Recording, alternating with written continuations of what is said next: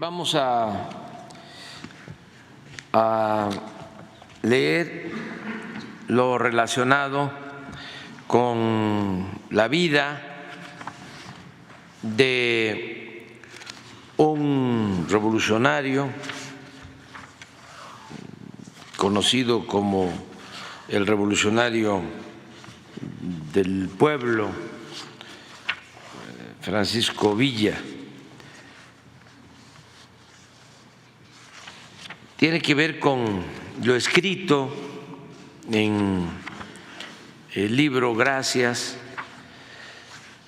con la idea de reconocer lo que ha sido nuestro pasado, la herencia de las culturas de México, sobre todo las culturas que florecieron en la época prehispánica, esas culturas o civilizaciones olvidadas, ocultas, que nos han aportado tanto para poder tener una forma de pensar, una manera de ser, costumbres, tradiciones que en la actualidad nos protegen ante cualquier calamidad. Son tradiciones, costumbres que se han heredado de generación en generación y eso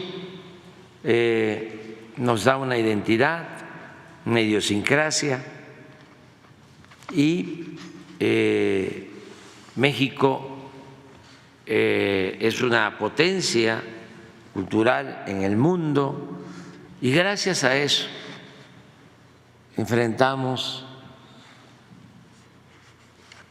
todos los males y siempre salimos adelante, siempre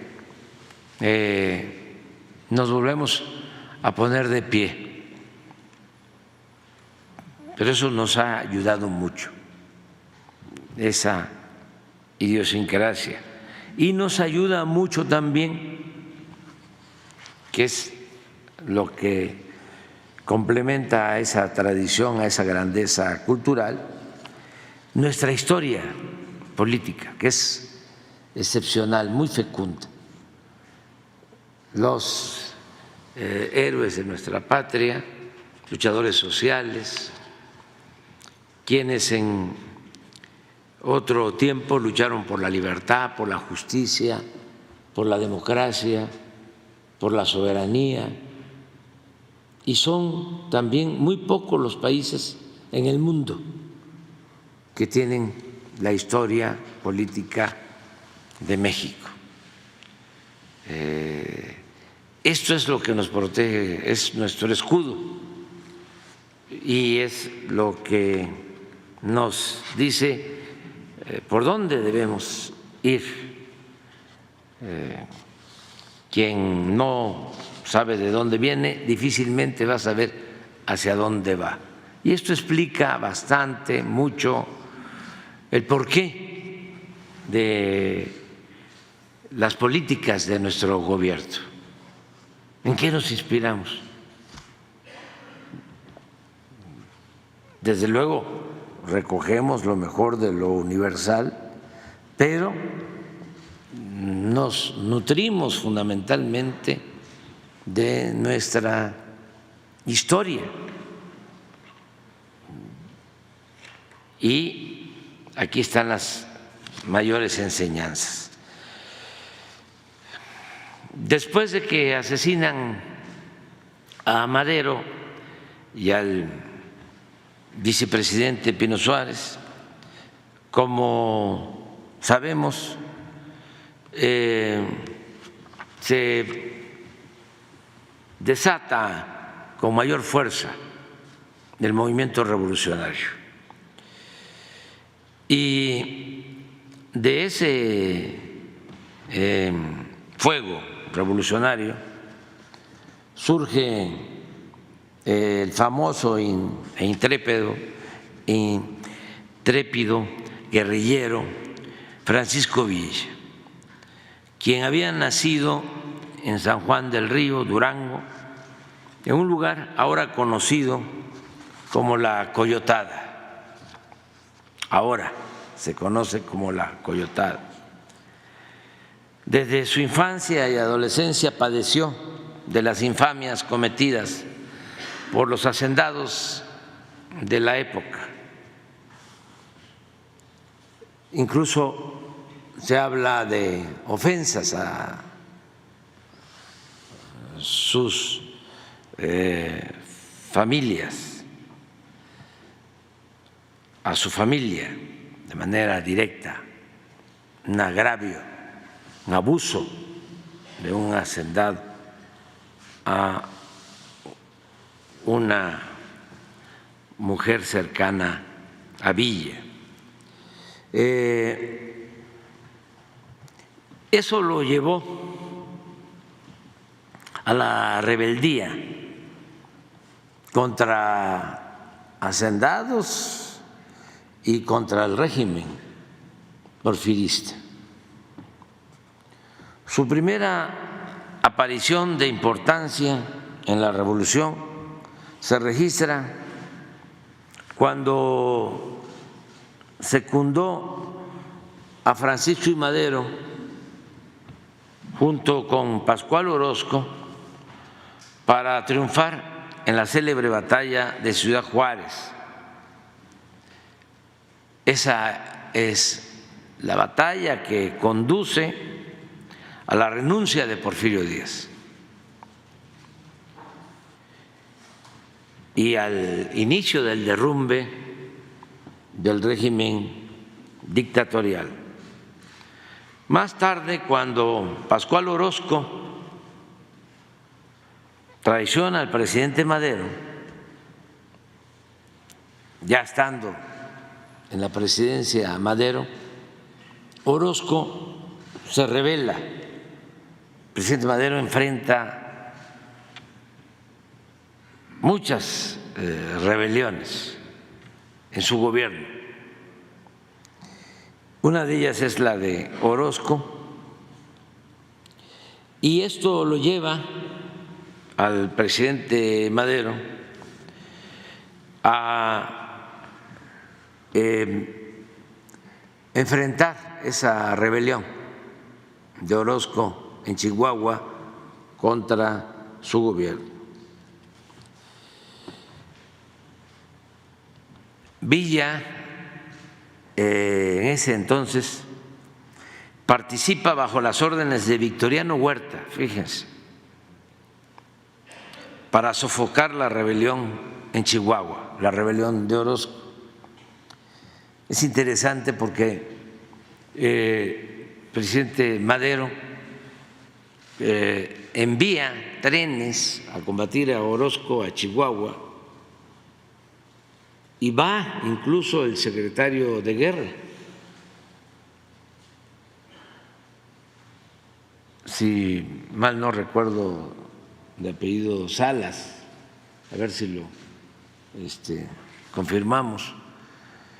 Y Orozco tenía un buen ejército rebelde y es derrotado el secretario de Guerra, y hay un hecho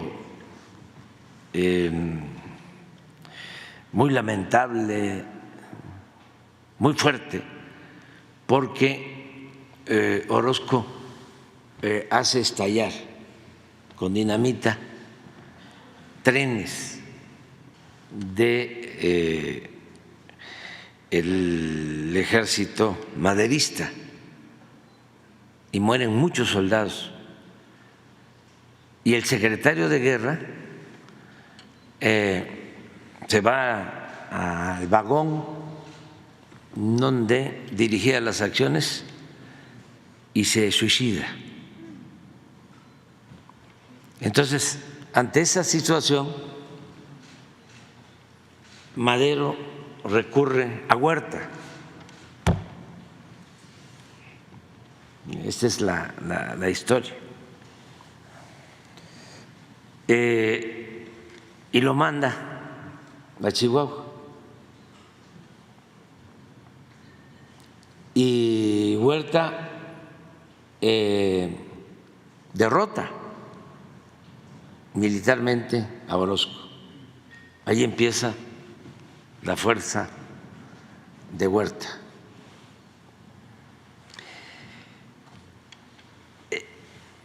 Villa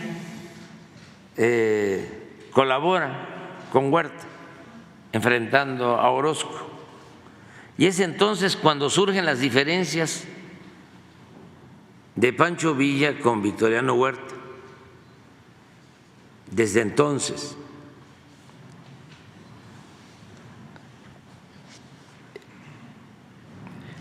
Madero incluso había ascendido a general de división a Huerta.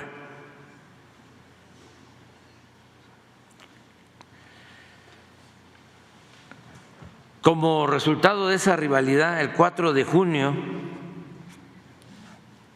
Huerta acusa a Villa de insubordinación y notifica a Madero que ha ordenado su fusilamiento.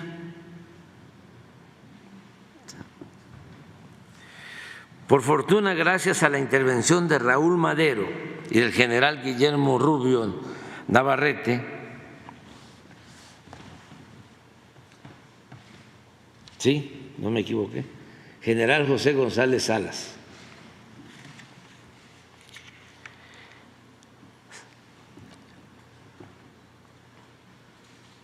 Se dispuso que le enviara como prisionero a la Ciudad de México. O sea, le dijeron a Huerta, no lo fusiles, mándalo como prisionero a la Ciudad de México. Alfonso Taracena sostiene, ese gran historiador, que al día siguiente de la llegada de Villa a la capital del país, recibió en la cárcel de Tlatelolco la visita de Juan Sánchez Azcona, secretario particular del presidente Madero, quien lo llevó al castillo de Chapultepec para que se entrevistara con Madero. Esto es entre comillas porque es la versión de Taracena. Meses más tarde, el 29 de diciembre de 1912, Villa escapa de esa prisión militar, dice Taracena, en un automóvil que lo conduce fuera de la ciudad. Va vestido con sombrero de bola, rasurado el bigote y envuelto en capa española. El escritor y revolucionario costarricense excepcional Rogelio Fernández Güell, que acompañó a Madero en la lucha por la democracia en México, siendo costarricense, escribe sobre este episodio lo siguiente, lo cito: Madero no podía poner en libertad a Villa por consideración al jefe de la campaña del norte, es decir, a Huerta, ni podía dejarlo en poder de Huerta, por temor de que le fusilara. Así ordenó que el preso fuera conducido a México e internado en la prisión de Santiago. En el texto original de Fernández Güell aparece a pie de página lo siguiente: ¿qué pensamientos más sombríos debieron agitar el alma de Villa cuando penetró en las oscuras bóvedas y sintió tras sí cerrarse como una losa la pesada puerta de la prisión. Sobre el escritorio del presidente Madero, dice Fernández Güell, vi una vez una carta escrita en toscos y gruesos caracteres. Era de Villa y en ella el infeliz guerrillero recordaba al presidente sus muchos desinteresados servicios y le describía con sombríos colores su estancia en la prisión, rogándole que, pues ningún delito había cometido, lo pusiera en libertad. Nadie hubiera podido prever, leyendo esta carta, el brillante porvenir de Villa y la infortunada suerte de aquel, de Madero, de cuyas manos pendía en aquellos momentos su vida. Es evidente que amigos del gobierno le proporcionaron a Villa los medios de fugarse de la prisión y que este era uno de los motivos de odio que Huerta, en el fondo de su alma, profesaba al magnánimo Madero, por lo que vendría después. Villa siempre le tuvo un profundo afecto a Madero, por eso, al ser asesinado el presidente y el vicepresidente en el golpe huertista, Villa se manifiesta sin titubeos contra el usurpador.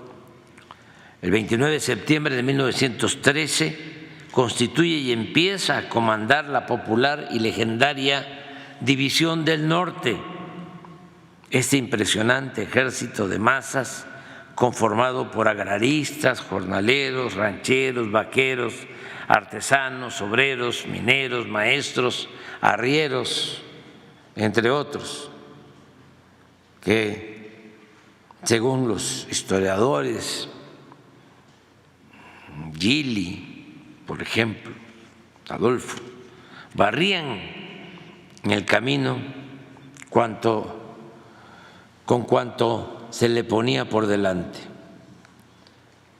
Al frente de la División del Norte, Villa tomó Chihuahua en la lucha contra el huertismo y por 4 semanas se desempeñó como gobernador del estado.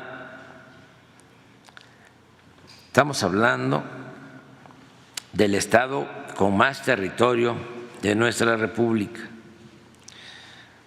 Recuerdo que el gran historiador Friedrich Katz, que lo conocí, en una de las ocasiones que platicamos me insistió mucho en que yo debía conocer a fondo lo realizado por Villa como gobernador de Chihuahua. Le fascinaba a Katz contar lo que dejó escrito en su obra sobre el Centauro del Norte, de cómo gobernó Villa en Chihuahua. No voy a describir lo que sostiene Katz sobre ese gobierno, pero sí invito a que se lea, está en su libro de Katz, es para mí el mejor libro escrito sobre Villa, los tomos de Friedrich Katz, gran historiador, de lo mejor. Y también recomiendo a los jóvenes el libro de Pedro Salmerón, que es una tesis de doctorado sobre la Constitución de la División del Norte. Es excepcional, magnífica obra para conocer más sobre la vida de Villa. Sobre si Villa fue bueno o malo, bandido social, revolucionario o temido y cruel, posiblemente fue todo eso, pero no debemos olvidar que las revoluciones, aún con sus nobles fines, las revoluciones armadas, siempre han acarreado excesos, son irracionales. Por eso, no a la guerra, sí a la paz, porque las revoluciones, las guerras acarrean excesos, actos irracionales e inhumanos. Es cosa de recordar lo que sostiene el gran escritor Hemingway en su novela ¿Por quién doblan las campanas? También la recomiendo para los jóvenes. Es un gran escritor, Hemingway, premio Nobel de literatura, y esta es una gran novela sobre la Guerra Civil Española y describe sobre los juicios sumarios y las fusilatas en ambos frentes durante la Guerra Civil Española, de un lado y de otro, porque así son las guerras.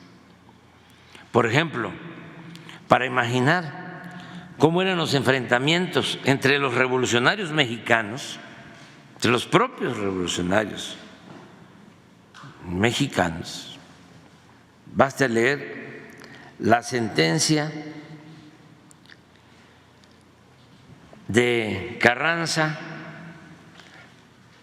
cuando ordena eliminar a Villa. Aquí transcribo esa sentencia, nada más a ver si alcanzo a leer el decreto. Tiene 3 artículos. Decreto: queda fuera de la ley el cabecilla reaccionario, ex general Francisco Villa. Este es Carranza. Artículo 2. Quedan fuera de la ley los cabecillas revolucionarios, reaccionarios, el general Rafael Castro y ex coronel Table López. Artículo 3.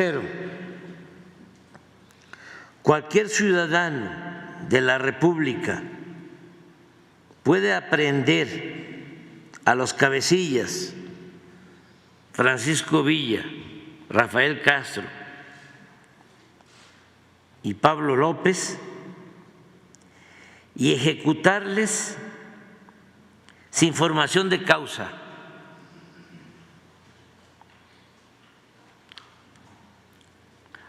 levantando una acta en que se le haga, en el que se haga constar su identificación y fusilamiento.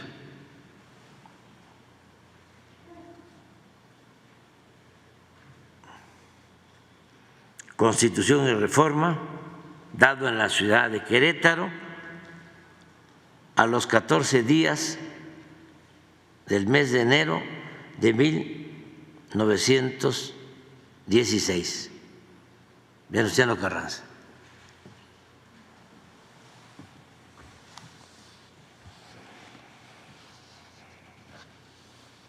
Por cierto, este juicio sumario ocurre 2 meses antes de que el Centauro del Norte tomara por asalto Columbus, Estados Unidos. Y el gobierno de ese país, de Estados Unidos, ordenara al general Pershing que lo persiguiera con su tropa por todo el territorio mexicano, a Villa.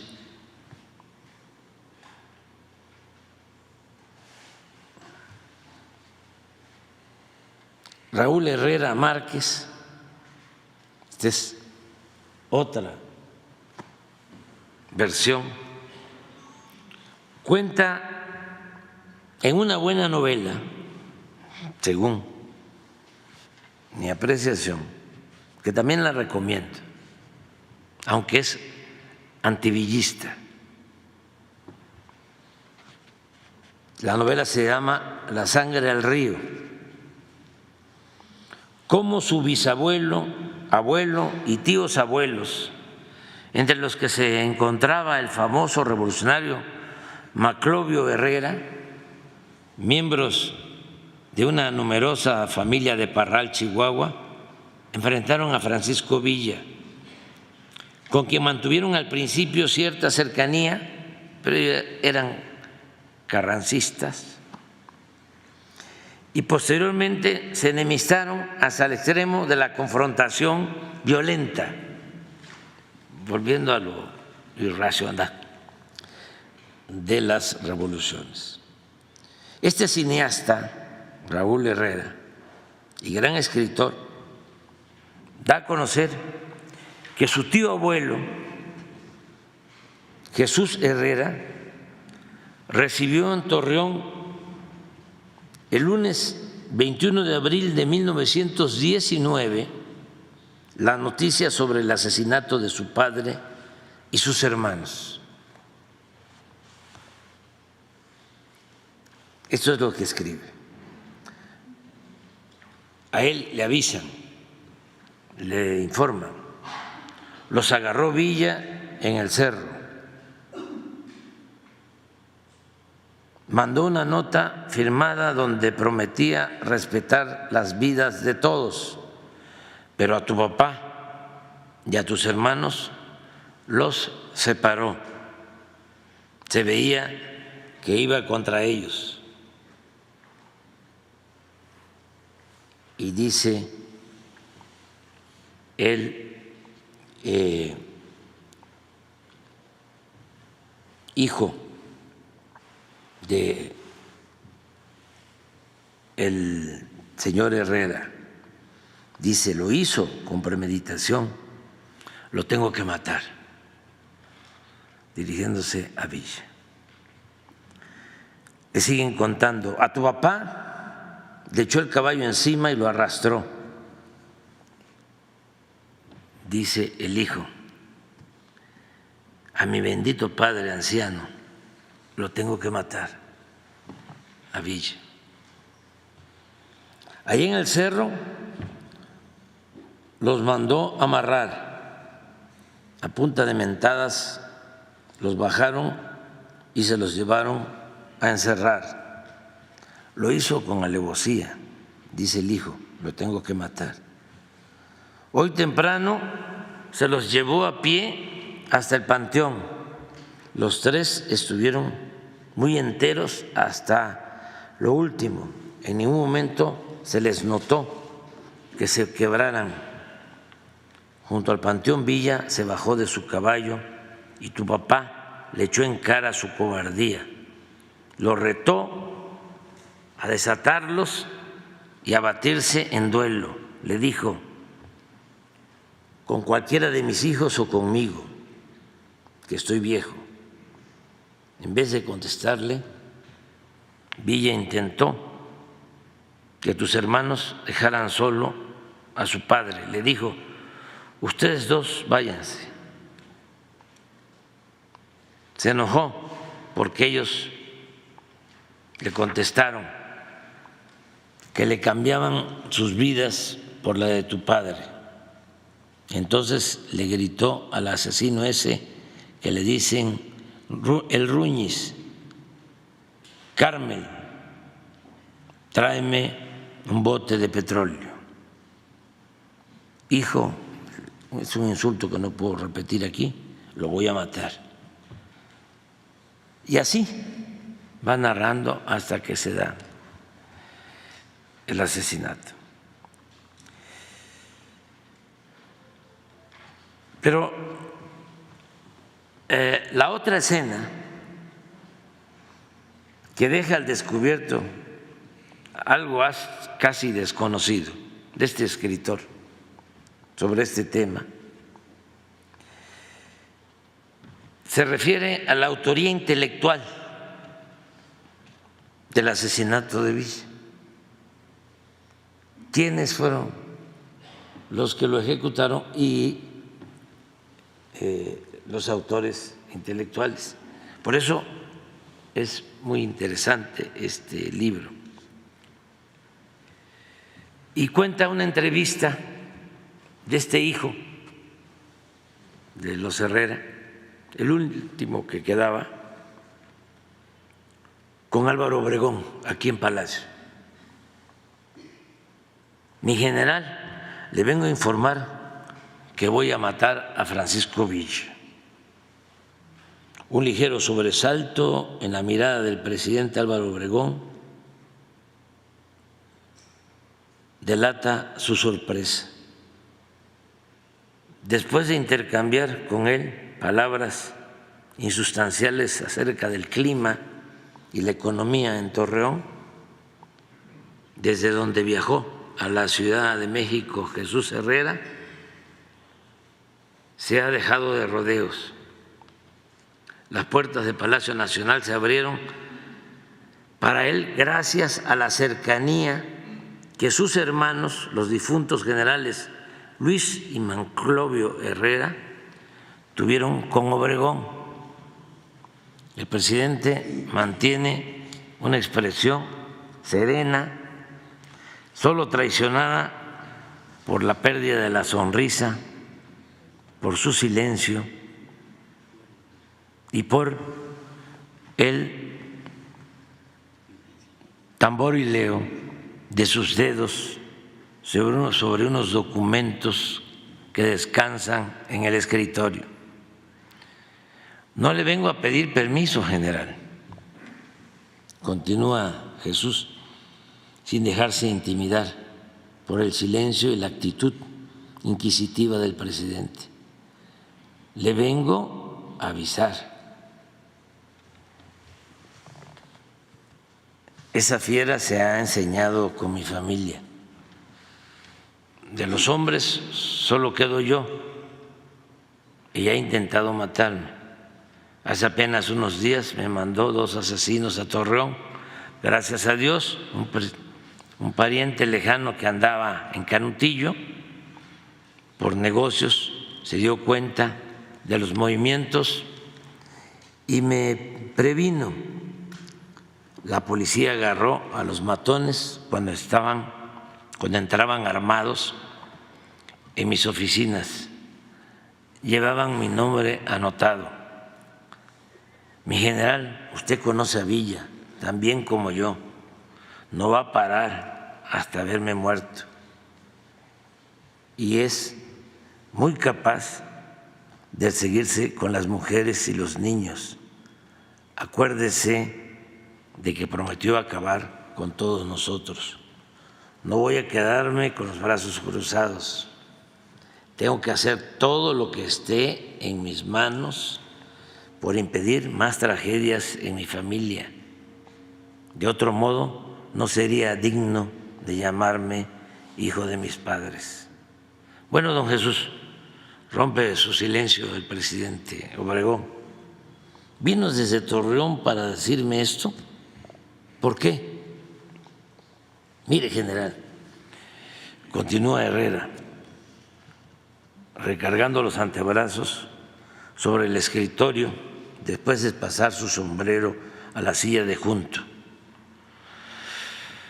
Yo ya tengo todo planeado y me falta poco para acabar de conseguir a la gente que se va a encargar, pero necesito pedirle un favor en memoria de mis hermanos, que en paz descansen. Usted sabe que los generales, dice Obregón, y a su señor padre siempre les guardé un particular aprecio.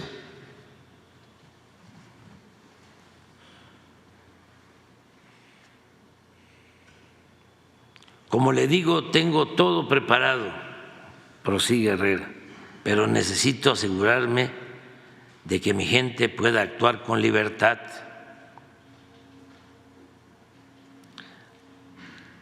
Acuartéleme la tropa en Parral, o si se puede, mándela fuera de la ciudad. También le quiero pedir inmunidad. No soy el único que tiene interés en este asunto. Hay muchos que participamos. Todos somos hombres comunes y corrientes, somos gente pacífica, pero no hay uno entre nosotros con quien no tenga Villa cuentas pendientes. Al que no lo ha tratado de asesinar, le ha matado familiares o lo ha despojado. Todos vivimos bajo amenaza. En esto hay mucho de defensa propia. No sería justo que saliéramos perjudicados por protegernos. Mire, don Jesús, expresa por fin Obregón, a este país lo que le urge es pacificarse. El gobierno no quiere participar en más actos de violencia. Con el estómago hecho nudo, Jesús se esfuerza por evitar que la decepción se le note en la cara. Sigue el diálogo.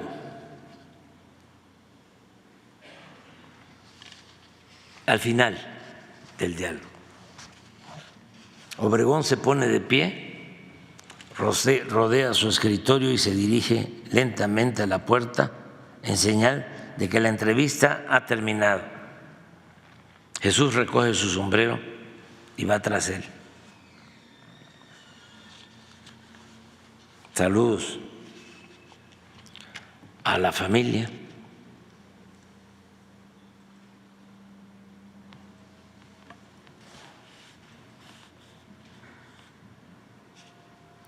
Y dice Obregón, mi promesa de entonces fue auténtica.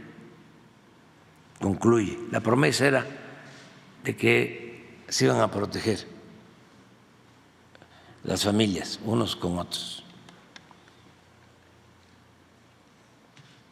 En lo que esté a mi alcance, ni usted ni a los suyos le va a pasar nada, le dice Obregón.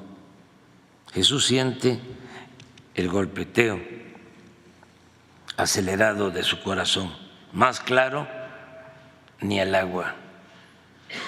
Le agradezco mucho su compromiso, mi general.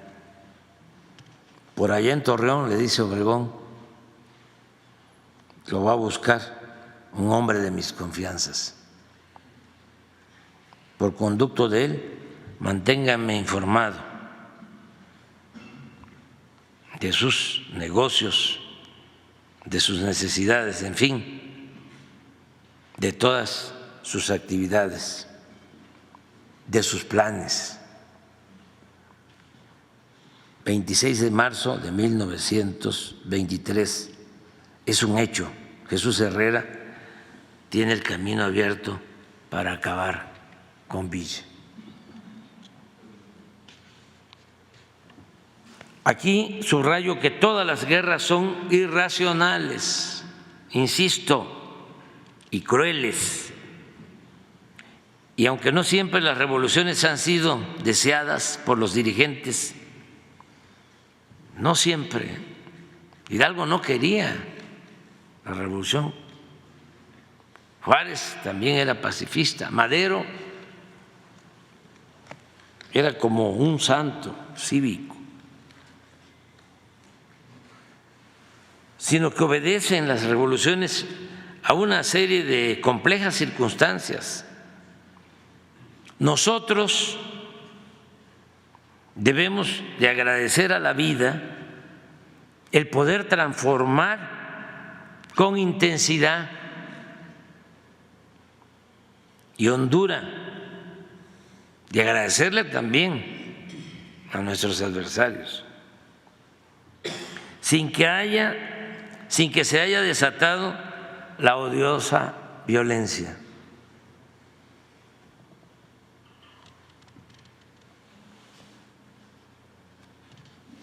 Además, a Villa, entre otras cosas, le debemos la hazaña o la osadía de haber atacado Columbus, Nuevo México, de Estados Unidos, para impedir lo que consideraba actos de traición a la patria.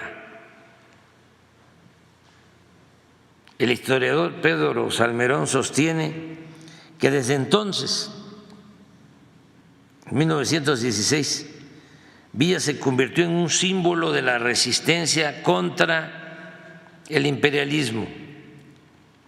Un ejército estadounidense entró a México para cazar a Villa. Nunca pudieron agarrarlo.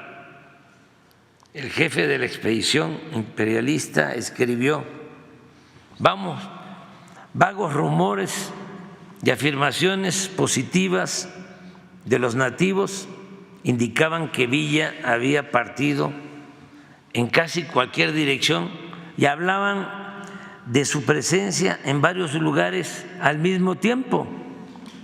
La imaginación popular redujo este hecho a una frase: Villa está en todas partes y en ninguna. El propio Villa resumió sobre ese general lo siguiente, decía: ese Pershing vino aquí como un águila y se fue como una gallina mojada.